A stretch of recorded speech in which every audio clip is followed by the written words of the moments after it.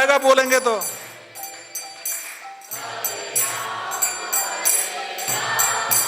जीवन का सार भी यही है।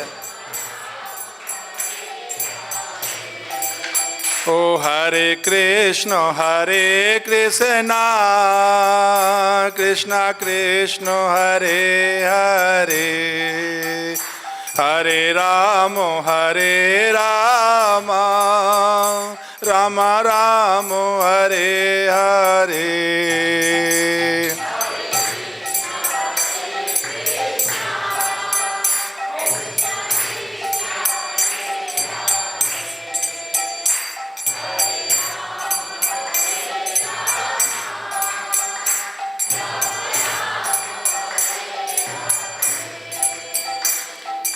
कृष्ण बलराम जय कृष्ण बलराम, कृष्ण बलराम जय कृष्ण बलराम।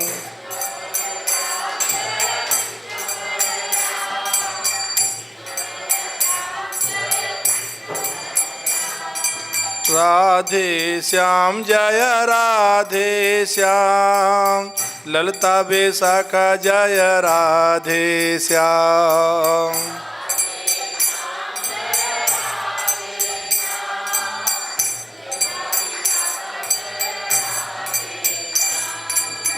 गौर निताय जय गौर निताय, गौर निताय जय गौर निताय।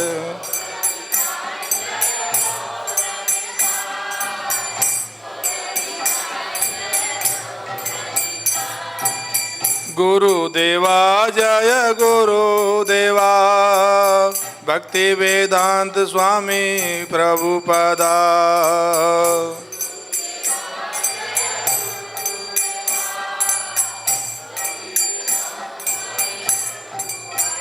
जय प्रभुपदा जय प्रभुपदा, भक्ति वेदांत स्वामी प्रभुपदा।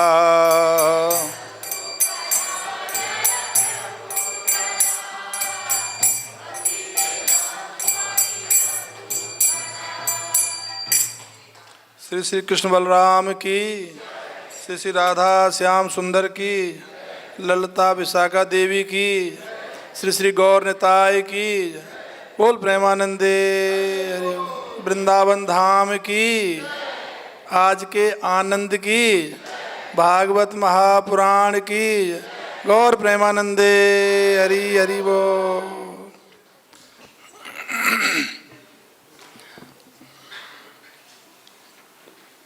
आज श्रीमद् भागवतम क्लास में श्री श्री कृष्ण बलराम मंदिर वृंदावन में आप आए हुए सभी भक्तों का हम हार्दिक अभिनंदन करते हैं और भगवान से प्रार्थना करते हैं कि भगवान इसी प्रकार की कृपा आप सब लोगों पर बनाए रखे, वृंदावन धाम से जोड़ करके रखे और नित्य ही श्रीमद् भागवतम, श्रीमद् भगवद गीता आदि ग्रंथों का हम लोग अध्ययन करते रहें, श्रवण करते रहें और भगवान अपने चरणों में हमेशा हमें शरण देते रहें, ऐसी आशा भगवान से करते हैं। श्री कृष्ण बलराम की।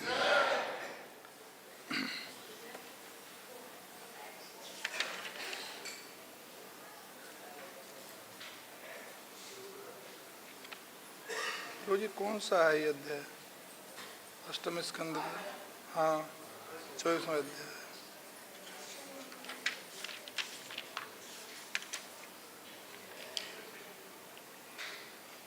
तो आज श्रीमद् भागवतम अष्टम स्कंद और 24वां अध्याय है। श्री भगवान का मत्स्य अवतार इसमें वर्णन है और आज श्लोक संख्या 10 है।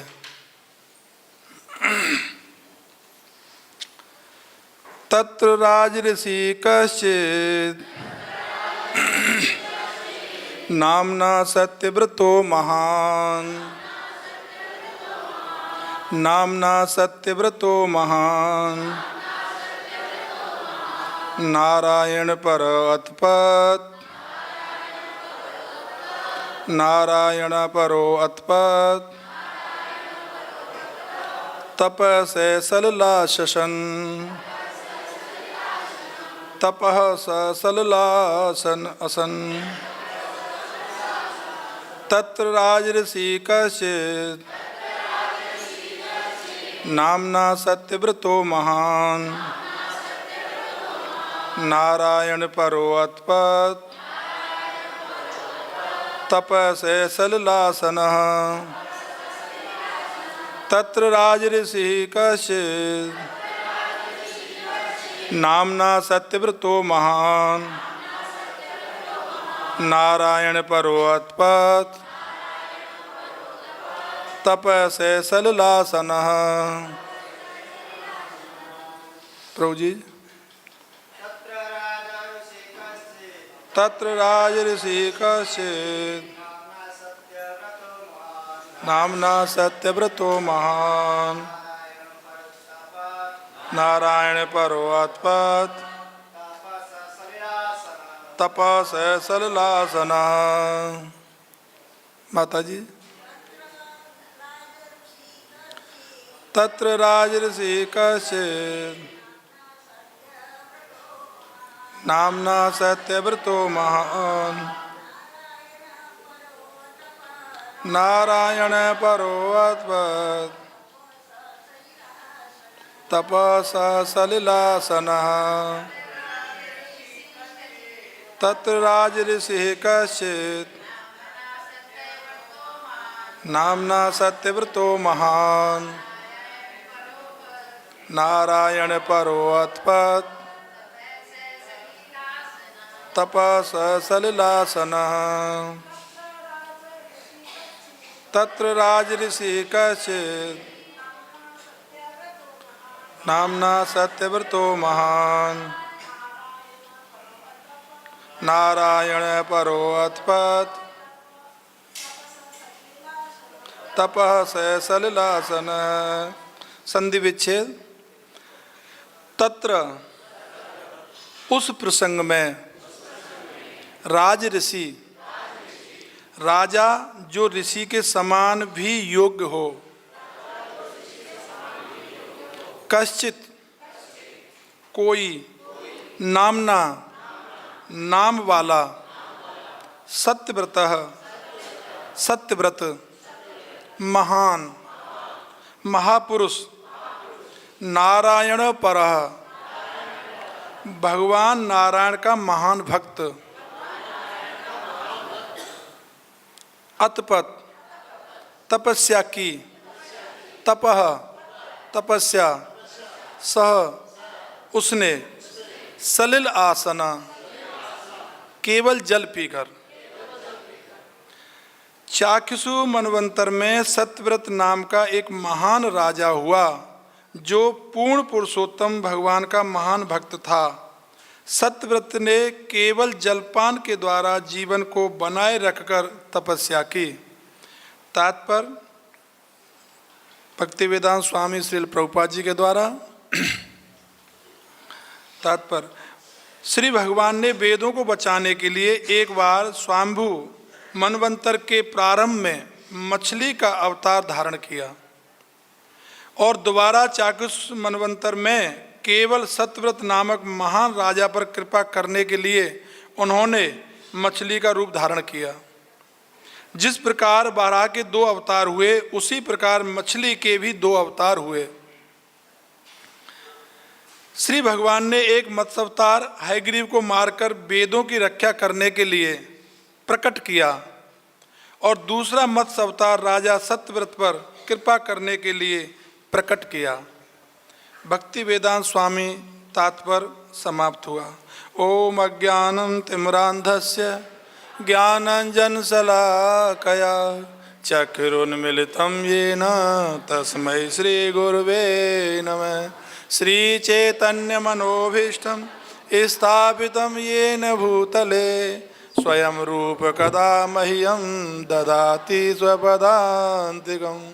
वन्दे अहं श्रीगुरो श्रीयुतपदकमलं श्रीगुरून् वैष्णवांश श्रीरूपं साग्रजातं सैगडरघुनाथान्वितं तं सजीवं सावधूतं सावधूतं परिजनसहितं कृष्णचैतन्यदेवं श्रीराधाकृष्णपादान् सैगडललिता श्रीविशाखान्वितांश। हे कृष्ण करुणा सिंधु दीनबंधो जगतपते गोपीश गोपिका कांत राधा कांत नमोस्तुते। जन गौरांगी राधे वृंदावनेश्वरी वृषभानुसुते देवी प्रणमामि हरिप्रिये। वाञ्छाकल्पतरुभ्यश्च कृपा सिन्धुभ्यैव च पतितानां पावनेभ्यो वैष्णवेभ्यो नमो नमः। जय श्री कृष्ण चैतन्य प्रभो नित्यानंद श्री अद्वैत गदाधर श्रीवासादि गौर भक्तवृंद। हरे कृष्णा कृष्णा कृष्णा हरे हरे हरे राम राम राम हरे हरे। ओम नमो भगवते वासुदेवाय।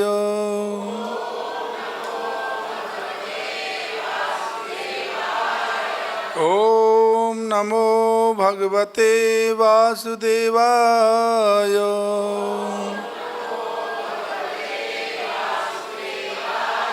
ओम नमो भगवते वासुदेवाय।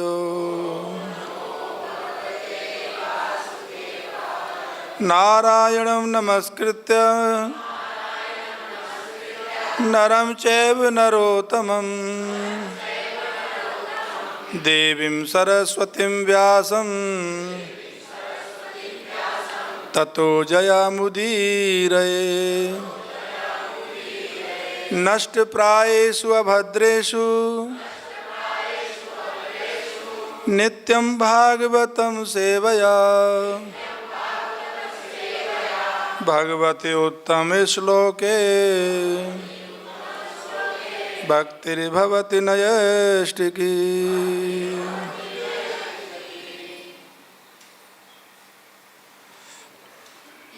हरे कृष्णा। तो ये जो अध्याय है 24वां, इसमें भगवान का मत्स्य अवतार का वर्णन हुआ है। और राजा होते हैं सतव्रत, तत्र राज ऋषि, ब्रह्म ऋषि, राज ऋषि, ऋषि होते थे। हमारे ऊपर ऋषि का ऋण भी है। ऋषियों ने ये हमारे ग्रंथ लिखे, नियम बनाए, संस्कार दिए, संस्कार लिखित में दिए कि इन संस्कारों का पालन करें। 16 संस्कार दिए। 16 संस्कार का हम लोग अगर ठीक ठीक से पालन करते हैं और उनको विधिवत संपन्न करते हैं तो बहुत अच्छी भक्ति हमको मिलती है और अच्छा भक्त बन के वो बच्चा निकलता है जिसके 16 संस्कार होते हैं। तो ये सब ऋषियों ने दिया। उन्होंने हमारे लिए बहुत हार्ड वर्क किया है। पकी पकाई खेती थाली हमारे सामने आ गई, हम केवल खा रहे हैं। कैसे पका, वो कैसे हुआ, ये ऋषि जानते हैं। उन्होंने कितना कठोर तपस्या किया। ऐसे जो राजा होता था वो एक ऋषि के समान गुण रखने वाला है, उसको बोलते हैं राज ऋषि। अर्थात पब्लिक का पूरे का कैसे कल्याण हो, कैसे कृष्ण भावना भावित हों, ऐसा उद्देश्य उनके हृदय में होता है जो राजा होता है। तो यहाँ राज ऋषि जो शब्द आ रहा है, यानी राज ऋषि का मतलब दिया है प्रभुपाद जी ने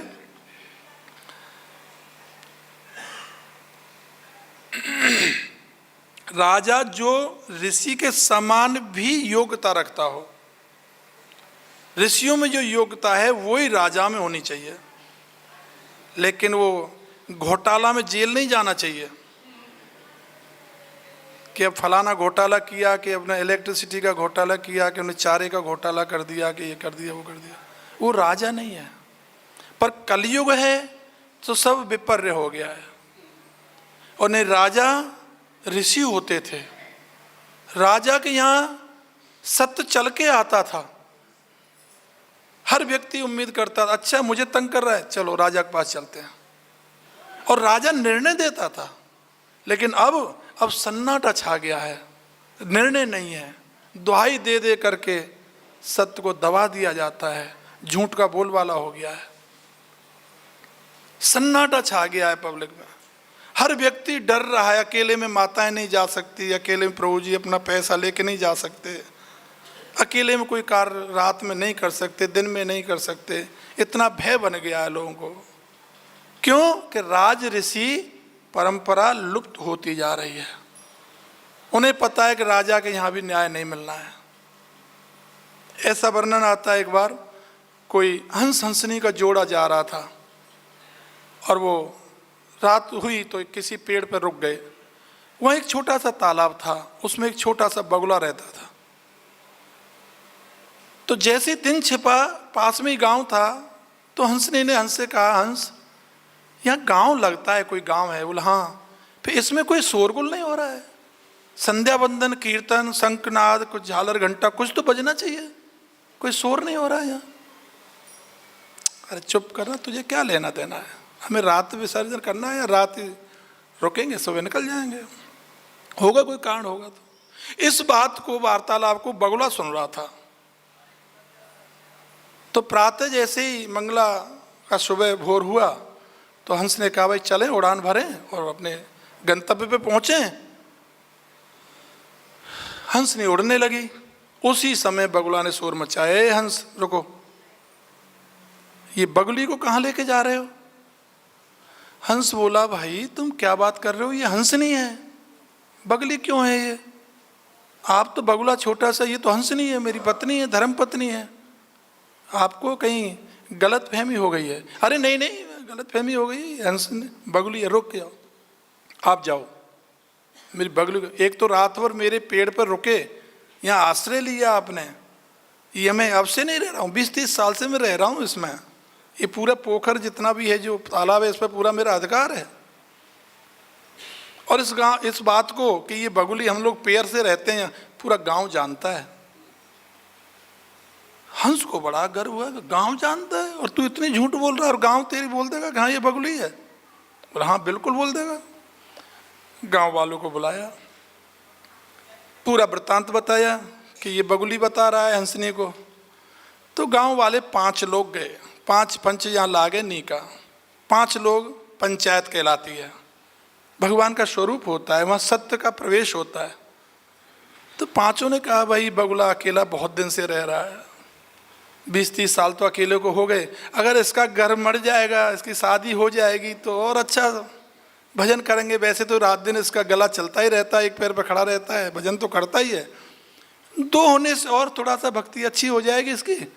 इतना ही तो कहना है कि बगुली है, इसका घर बस जाएगा।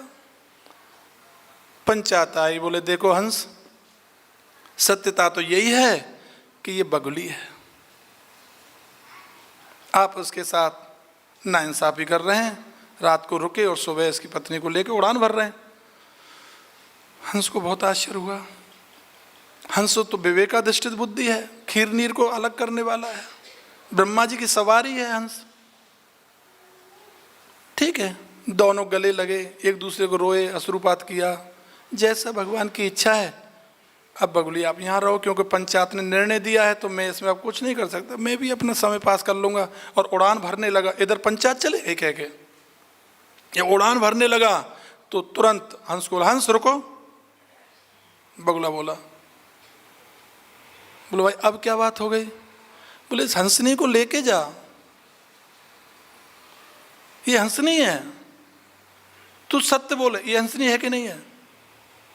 और मैं भी जानता हूं कि हंसनी है, इसको लेके जा। तो जब बात हुई तो उनको बड़ा आश्चर्य हुआ। उन्होंने कहा बगुला आपने ऐसा संकट हमारे सामने क्यों रखा, हमने क्या बिगाड़ा तेरा जो इतना बड़ा पीड़ा तुमने हमको दिया? बोले भाई मेरे, ये मैंने नहीं दिया, ये जो हंसनी थी बार बार आपसे प्रश्न पूछ रही थी, इस गांव में सन्नाटा क्यों है, इसके कारण इस गांव में सन्नाटा है। मैंने उसका उत्तर दिया आपको। यहाँ पे कोई भगवान की पूजा पाठ, कोई न्याय नहीं है। यहाँ सत्य का प्रवेश नहीं है इस गांव में। अगर सत्य का प्रवेश होता तो वो बगुली नहीं बताते हंसने को। तो आजकल जो मेजॉरिटी है उसका बोलबाला है। वो राज ऋषि नहीं है, लेकिन पहले राजा राज ऋषि होते थे। कोई भी समस्या साधु संतों को जो धर्म के आश्रय में जीवित रहते थे, वो लोग भी राजा के पास जाते थे, न्याय लेते थे, उनसे अपनी जिज्ञासा रखते थे, अपना संकट उनके सामने रखते थे। विश्वामित्र जी आए राजा दशरथ के पास और आके कहा, अनुज समेत देव रघुनाथा, निश्चर बद में होब सनाथा। महाराज मैं सनाथ होना चाहता हूं, मैं अनाथ हूं। सनाथ कब होता है व्यक्ति? देव रघुनाथा और मैं होब सनाथा। सनाथ कब होता है व्यक्ति? जब रघुनाथ मिल जाते हैं, जब भगवान कृष्ण उसको मिल जाते हैं, भगवान कृष्ण का सानिध्य मिल जाता है, भगवान कृष्ण के भक्त जब उसको मिल जाते हैं तो व्यक्ति सनाथ होता है। इसलिए अनुज समेत देव रघुनाथा, विश्वामित्र महामुनि ज्ञानी, लेकिन वो आ रहे हैं किसके पास? राज ऋषि के पास। तो यहाँ पे कह रहे हैं ये, तत्र राज ऋषि कश्चित नामना सत्यव्रतो महान। ऐसे राज ऋषि का नाम क्या था? नाम भी देखो, नाम में भी सार है, सत्यव्रत। जो सत्य का व्रत लेके बैठा रहे, सत्य का आचरण करे, सत्य के आवरण में जीवित रहे, सत्य का कवच धारण करके रखे। राजा सत्य का कवच धारण करके रखता था, जो अनवांटेड चीजें उसके ऊपर अटैक नहीं करती थी। कवच होता है सुरक्षा करने के लिए। सत्य का इन्होंने व्रत लिया, इसलिए नाम सत्य व्रत। सत्य संकल्प थे और बुद्धि हमेशा always engage to service of Krishna, भगवान में लगी रहती थी। और महान, इतना ही नहीं, महान थे। नारायणों पर वो, उनके जो प्राण थे वो नारायण को समर्पित थे।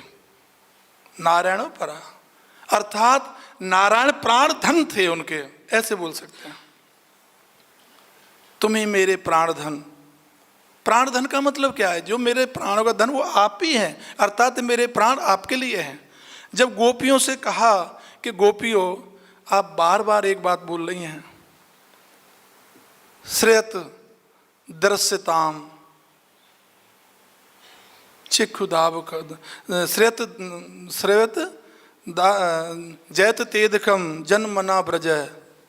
श्रेयत तेदकम जन्मना ब्रज है ना। श्रेयत दयत दृश्यताम, दयत दृश्यताम, हमको आप दर्शन दो। दिक्खुताव का त्वयि धृता सवस ताम विचिन्वते। हमने ये शरीर सिर्फ आप लोगों के लिए धारण कर रखा है, हम रह नहीं सकते आपके बगैर। आपने जो जहां जन्म लिया है वो केवल ब्रज जनार्थ हन वीर योषिताम। आपने ब्रज जनों की रक्षा करने के लिए, उनका आर्त हरण करने के लिए जन्म लिया है। हमें जन्म दो, हमें दर्शन दो, हम विरह में व्याकुल हो रही हैं। तो पता क्या बोली भगवान? मान ली उत्तर दे रहे हैं श्रीधर स्वामी की टीका में। देख सखी, पहले तो इस जगत में विरह नहीं है, बिल्कुल नहीं है। यू टेल ए लाई, विरह नहीं है। और विरह अगर मैं मान भी लूं तुम्हारी बात, तो विरह में व्यक्ति जिंदा नहीं रहता, और आप तो जिंदे हैं, मैं कैसे मान लूं? तो गोपियों ने बहुत अच्छा उत्तर दिया। गोपियों ने कहा कि हमने ये जो शरीर धारण कर रखा है ये आपकी धरोहर है, ये प्राण आपके हैं, हमने अपने प्राण आपको दे दिया है। क्यों? आपने खुद ही कहा, ब्रजवासी वल्लभ सदा मेरे जीवन प्राण, इन्हें मैं ना विसार हूं वो नंद बाबा की आन। आपने कसम खाई कि जितने ब्रजवासी हैं, जितने मेरे पार्षद हैं, जितने मेरे सखा हैं, वो मेरे प्राण धन हैं, मेरे प्राण हैं। तो हम आपके प्राण हुए कि नहीं हुए? और जब हम आपके प्राण हुए तो आपकी धरोहर, हम इस शरीर को कैसे त्याग दें विदाउट आपकी परमिशन? इसलिए ये शरीर धारण कर रखा है। तो प्राण धन है आप हमारे, अर्थात नारायण परा।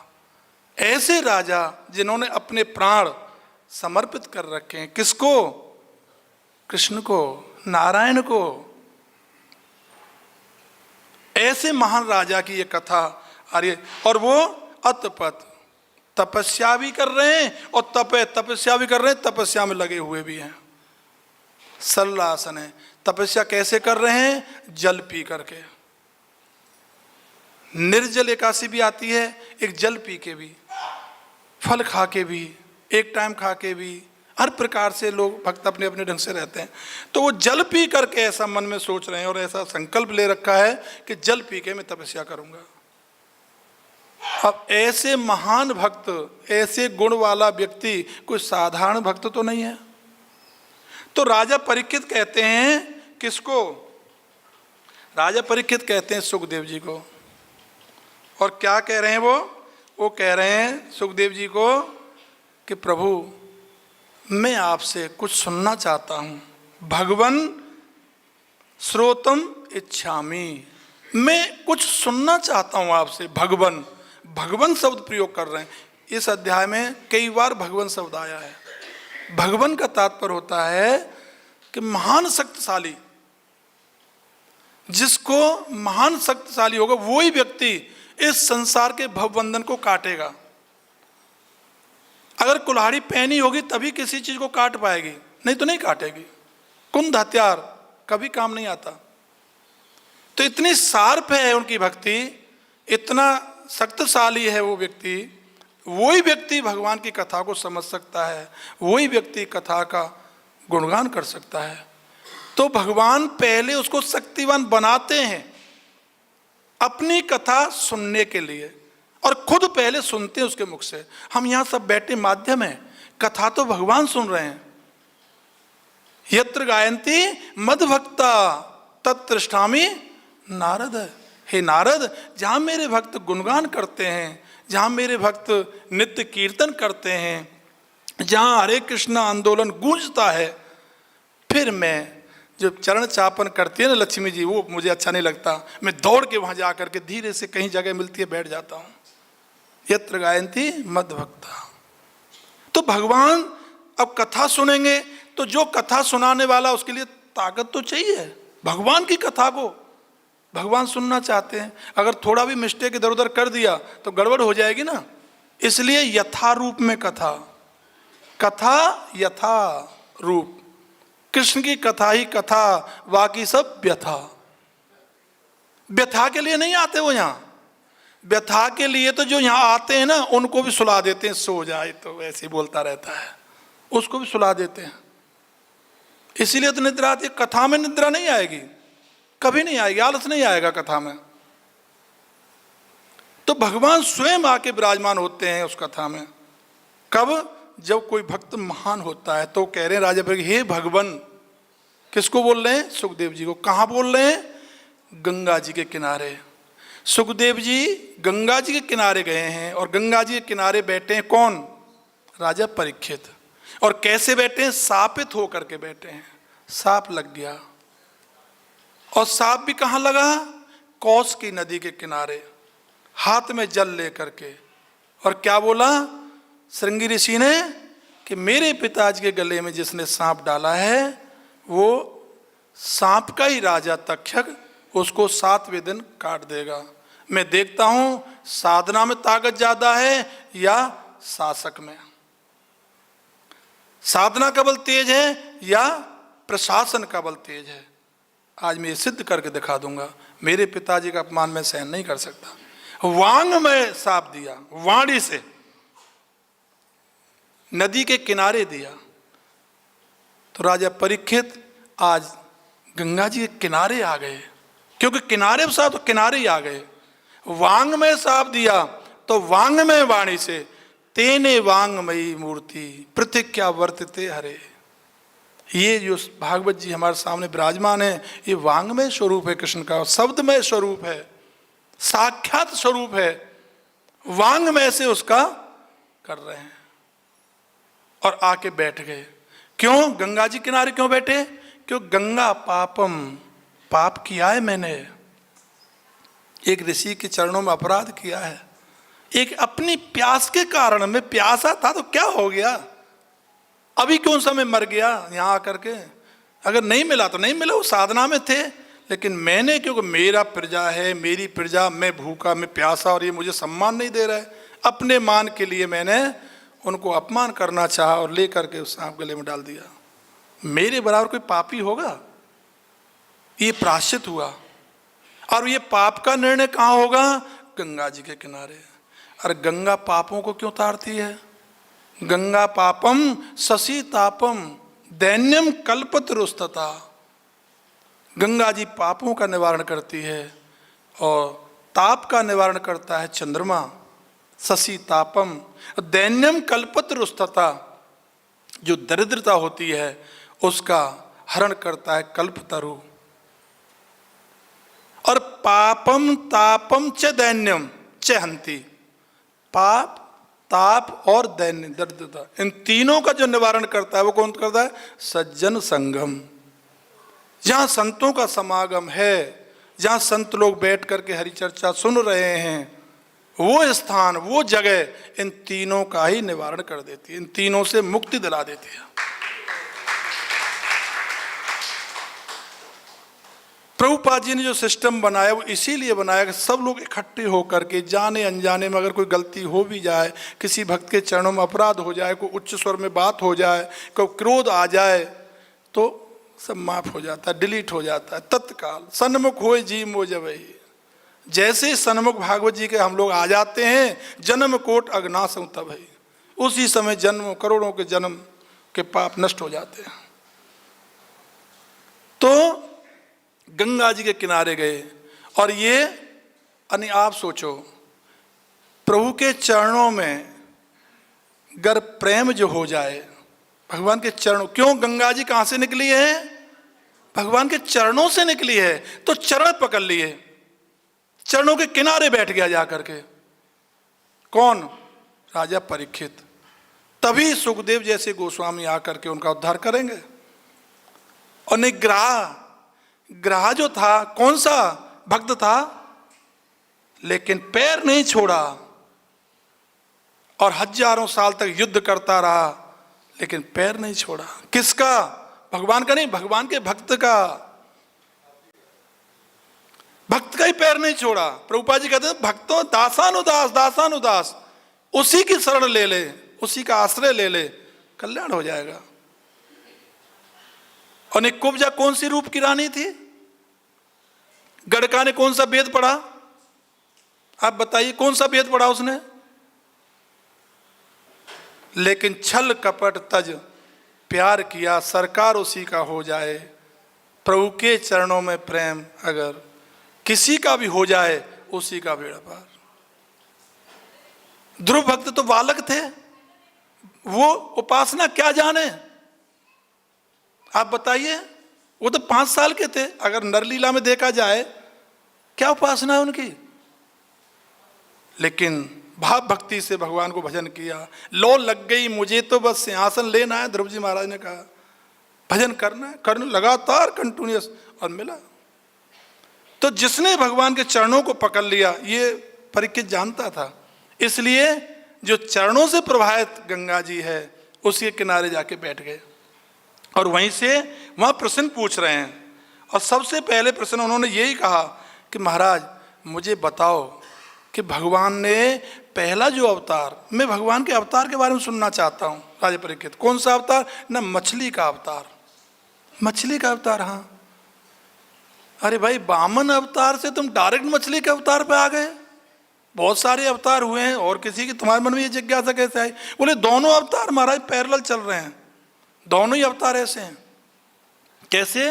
कि वामन भगवान भिक्षुक बने, और कोई भिक्षा मांगने वाले का कोई मान होता है, कोई इज्जत होती है?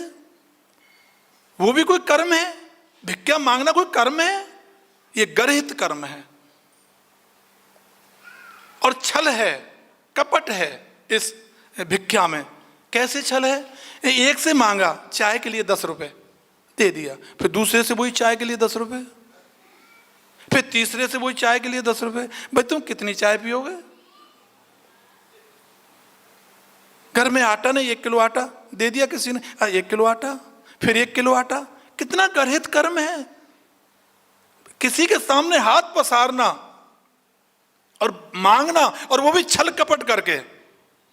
क्या छल कपट किया?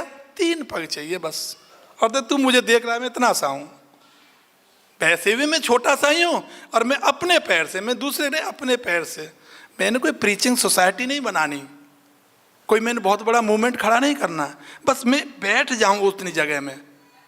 3 पग दे दो जिससे मैं अपने आराम से जप करना चाहता हूं अपनी जगह में रह करके। ये छल नहीं है, ये गर्हित कर्म नहीं है।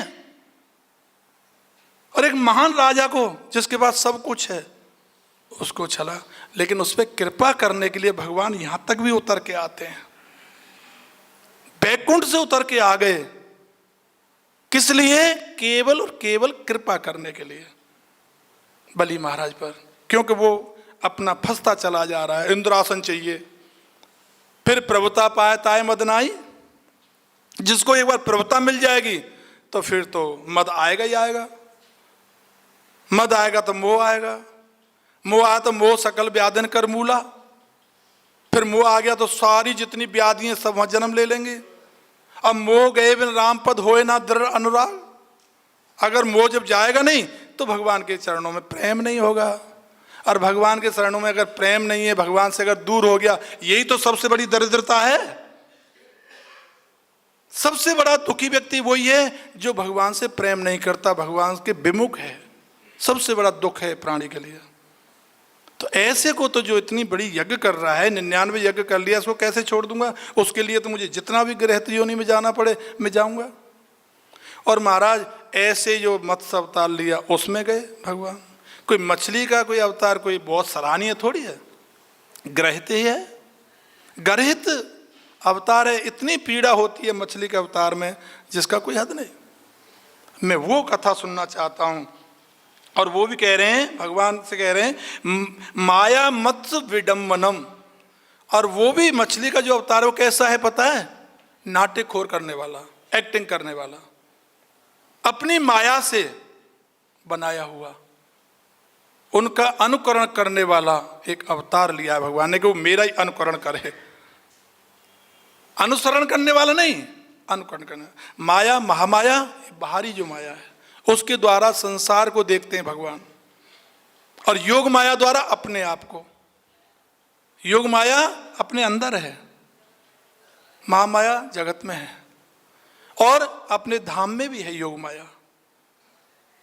तो वो कह रहे माया मत्स्य विडम्बनम श्रोतम इच्छामि। मैं ये सुनना चाहता हूं कि जो एक्टिंग की, जो भगवान ने एक्टिंग किया है, क्यों कि भगवान के लिए कोई मछली का रूप लेना, या तो वामन भगवान का रूप लेना, या तो सूअर का रूप लेना, ये कोई उनके लिए कोई मायने नहीं रखता। वो पंच महाभूतों से बना हुआ शरीर नहीं रखते भगवान। हवा गंदी में होके निकलती है, कुछ देर के बाद गंदगी हट जाती है, हवा फिर ऐसी है। खुशबू में होके निकलती है, कुछ देर के बाद खुशबू छूट जाती है। ना खुशबू में आसक्त है, ना गंदगी में, ना सुगंध में, ना गंध में, किसी में वो आसक्त नहीं है। जब उनकी हवाई किसी में आसक्त नहीं है तो भगवान आसक्त कैसे हो जाएंगे? तो ये सब एक्टिंग है भगवान की। भगवान ने अजीब अजीब एक्टिंग किया है। जयदेव गोस्वामी ने भी, इतना हमारे जो आचार्य हैं, परम पूजनीय हमारे जो आचार्य हैं, उन्होंने भी जो गीत गोविंद लिखा उसमें सबसे पहले अवतार का वर्णन मत्स्य अवतार का ही किया है। उन्होंने भी कहा प्रलय पयोद जले धृतवान अस्वेदम विहित वहेत्र चरित्रम अखेदम केशवधृता मीन शरीरा जय जगदीश हरे जय जगदीश हरे जय जगदीश हरे।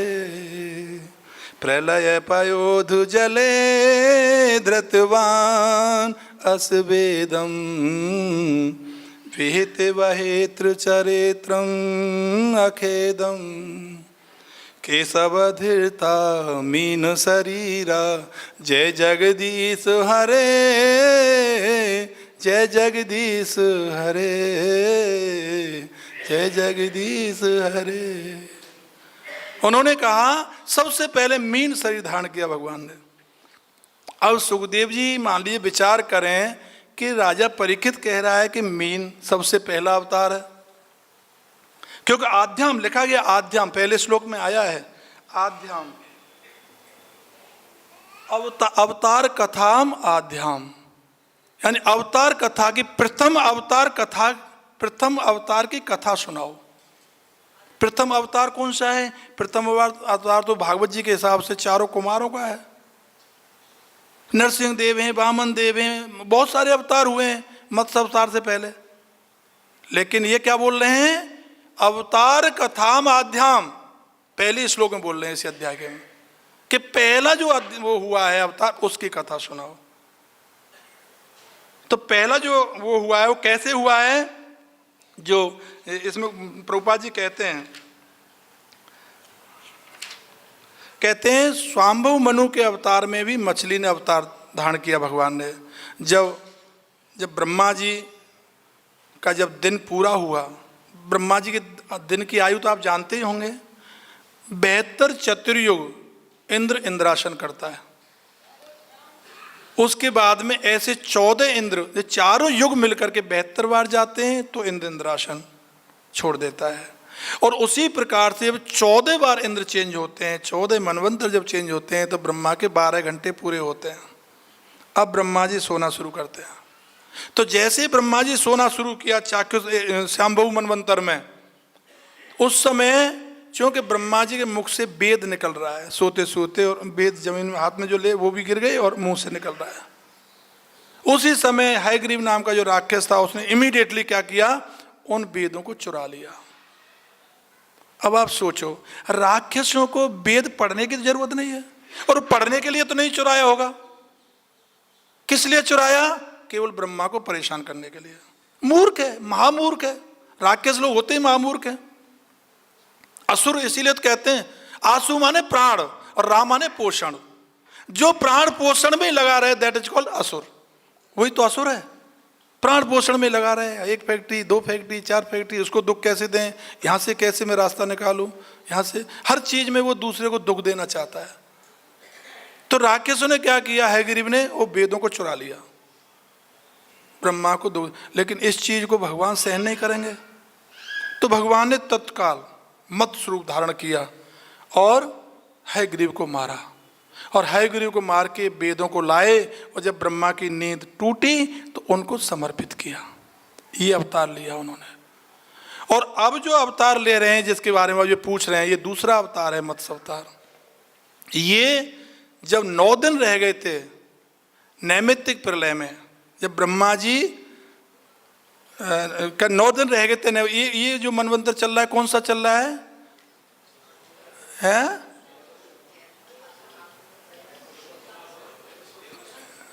वैवस्वत मनवंतर। यस, वैवस्वत मनवंतर चल रहा है। और कल्प कौन सा चल रहा है? श्वेत वाराह कल्प चल रहा है। कहते हैं ब्राह्मणो हिम द्वितीय परार्धे श्री श्वेत राहु कल्पे जम्बू दीपे भरतखंडे आर्यावर्त है। कदे से कलयुगे कल प्रथम चरण है। ये कलयुग है और कलयुग में भी प्रथम चरण है। ये संकल्प जब लेते हैं तो उसमें आता है। तो उस समय जब 9 दिन रह गए थे तो जो सत्यव्रत राजा हैं वो वहाँ जल का व्रत ले ही रखे थे, जो आज के श्लोक में आया है। जब 9 दिन रह गए तो भगवान मछली का रूप धारण करेंगे और आगे कथा आएगी जिस पे हम लोग अभी चर्चा नहीं करेंगे। तो यहाँ अवतार लिया भगवान ने उनको सुरक्षित करने के लिए। मान भक्त की रक्षा यहाँ भी किया मत्स्य अवतार लेकर के, और मान भक्त की महाराज बलि की भी रक्षा किया। तो वो कहते हैं कि ये जो एक्टिंग कर रहे हैं भगवान, ये एक्टिंग क्यों करते हैं? भगवान सबसे बड़े नटवर हैं। नटवर नागर नंदा भजोरे मन गोविंदा। बड़ा सुंदर है।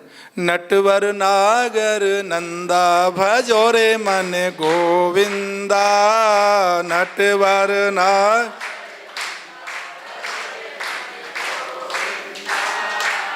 सब ग्वालाओं में कृष्ण जी चतुर हैं, सब ग्वालाओं में कृष्ण जी चतुर हैं। जैसे तारों में चंदा भजो रे मन गोविंदा, जैसे तारों में ओ नटवर नागर नंदा भजो रे मन गोविंदा।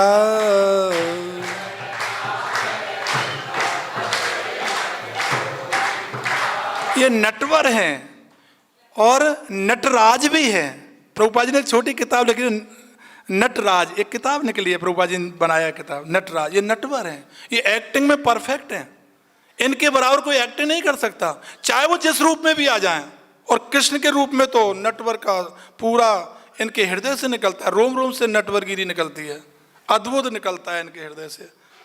बैठे थे और सखी आ गई, और सखी आकर के कहती है, मैया ये लाला ने माट मटकी फोड़ दी, चोरी कर दी, हमारा ये नुकसान कर दिया, बछड़े खोल दिए समय से पहले, दूध पी गए बछड़े, और बहुत सारी शिकायत करने लगी।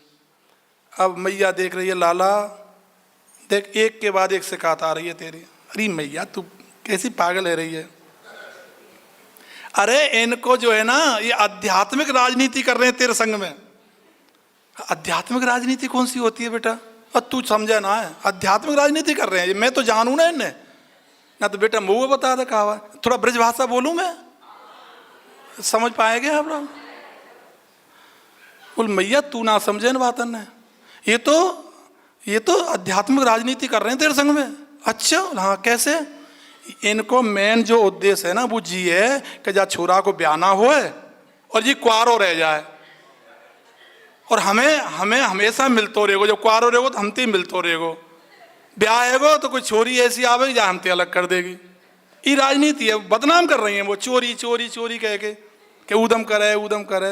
मैया ये भम्बो है ना, तो कहा बताओ मैया, जट रोने लग गए भगवान। मैया कहा रो मत बेटा, बता क्या बात है, मैं जाए तू चिंता मत कर, भम्बो ऐसो जवाब दूंगी ना ये जीवन में याद रखेगी, मैं तेरी माँ हूं ना, तुम बता क्या बात है।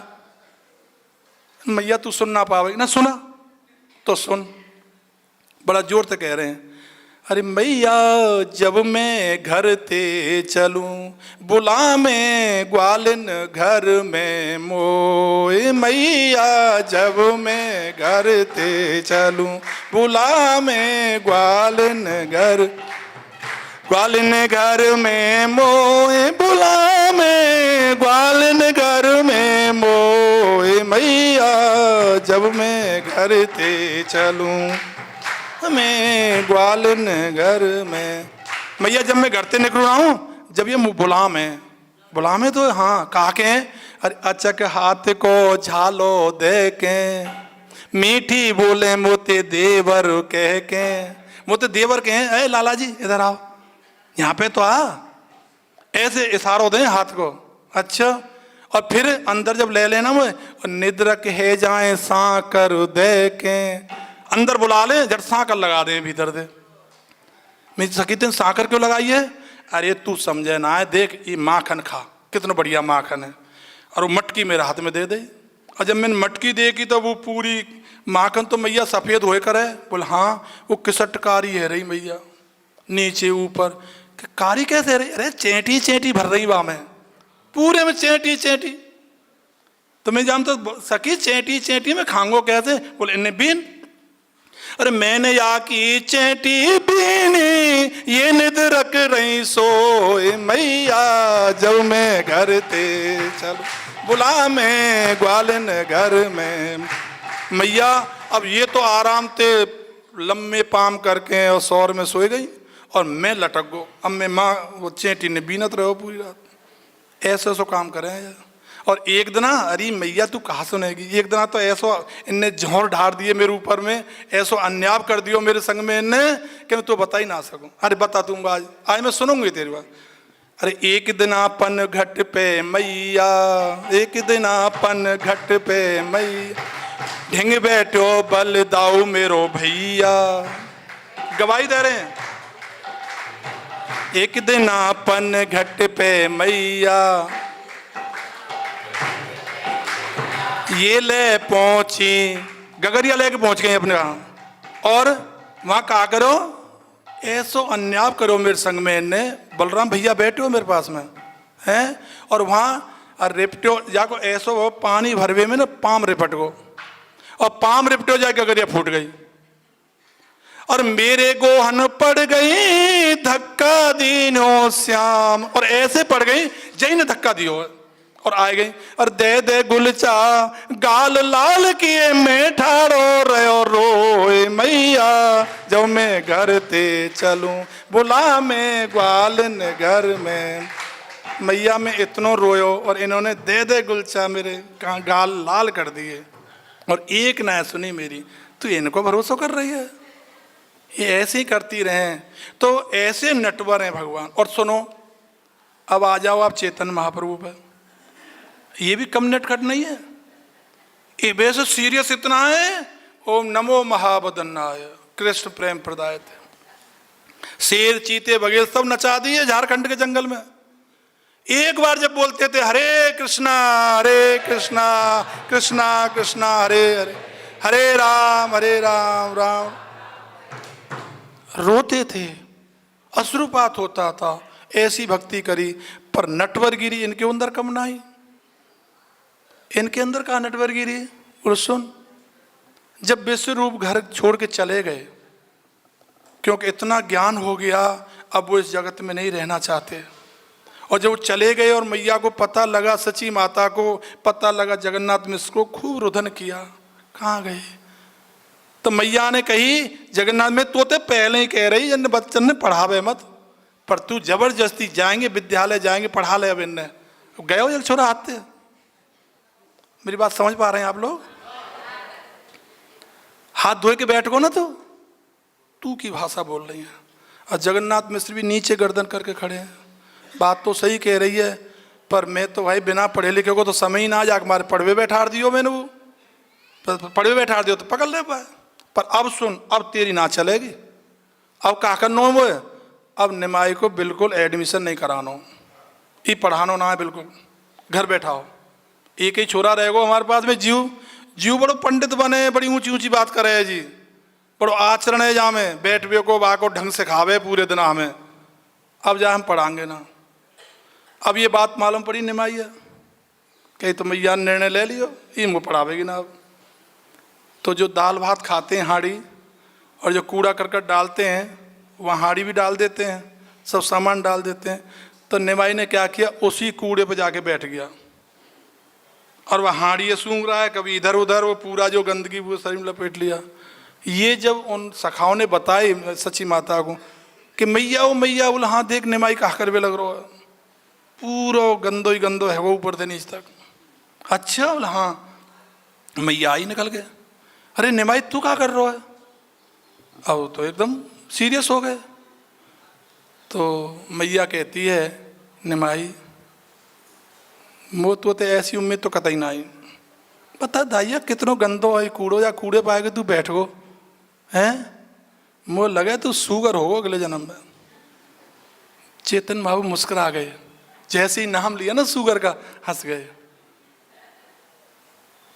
मैया बोले थे देख कैसे रहो, मुस्कुरा कैसे रहो, कि मान ली जाके अवतार को ही वर्णन कर दियो होगा, ऐसा लग रहा है कि जय के अवतार को वर्णन कर दिया होगा। और महाप्रभु क्या कह रहे हैं, मैया बात तो सही कह रही है तू, देख चाहे क्रोध में कही, पर हाँ सुगर तो मैं आते हो, सुगर को अवतार तो मैं धारण करो, तो इतनी गंदगी पसंद है तो सुगर बन गो। तो ऐसी नटखट लीला महाप्रभु ने किया है जो सुन करके रोमांच होता है शरीर में। तो वही एक्टिंग वाली लीला प्रभु हमें सुनाइए कि ये मत्स्य अवतार जो धारण किया है भगवान ने, जो ये एक्टिंग किया है मछली की, ये क्यों किया और इसका उद्देश्य क्या था। और जो भगवान के प्रति ऐसी श्रद्धा रखता है, सत्यव्रत बन जाता है, नारायण परा बन जाता है, राज ऋषि बन जाता है, या तप है तपस्या करता है, या फिर अतपतः तपस्या में लीन हो जाता है, ऐसा व्यक्ति जब बन जाएगा सत्यव्रत, तो निश्चित रूप से भागवत जी वचन देती है कि उसके हाथ में भगवान आ जाएंगे। उसको कहीं जाना नहीं पड़ेगा, उसको हाथ जोड़ने नहीं पड़ेंगे। भगवान साहब प्रभु माफ करो, हाथ नहीं जोड़ने पड़ेंगे। हाथ को जैसे ही अंजलि करेंगे भगवान उसके हाथ में मछली के रूप में आ जाएंगे अवतार लेकर के, और उससे खुद मांगेंगे कि मुझे ये तालाब छोटा पड़ रहा है, ये छोटा पड़ रहा है, वो छोटा पड़ रहा है, मेरी मदद करो, मेरी मदद करो। स्वयं भगवान आकर के याचना करेंगे। कब? जब तुम सत्यव्रत बन जाओगे। तो हम चूँकि समय बहुत ओवर हो गया, किसी का कोई प्रश्न हो तो पूछ सकते हैं, किसी कोई जिज्ञासा हो, या देखिए मैंने जो कुछ बोला उसमें अगर आपको अच्छा लगा हो तो ग्रहण करें, और अगर कहीं कुछ ऐसी त्रुटि हो गई हो तो प्लीज़ मुझे भी इसी समय आप मुझे माफ़ कर दें। हरे कृष्णा। श्री प्रभुपाद की, भागवत महापुराण की, गौर प्रेमानंदे।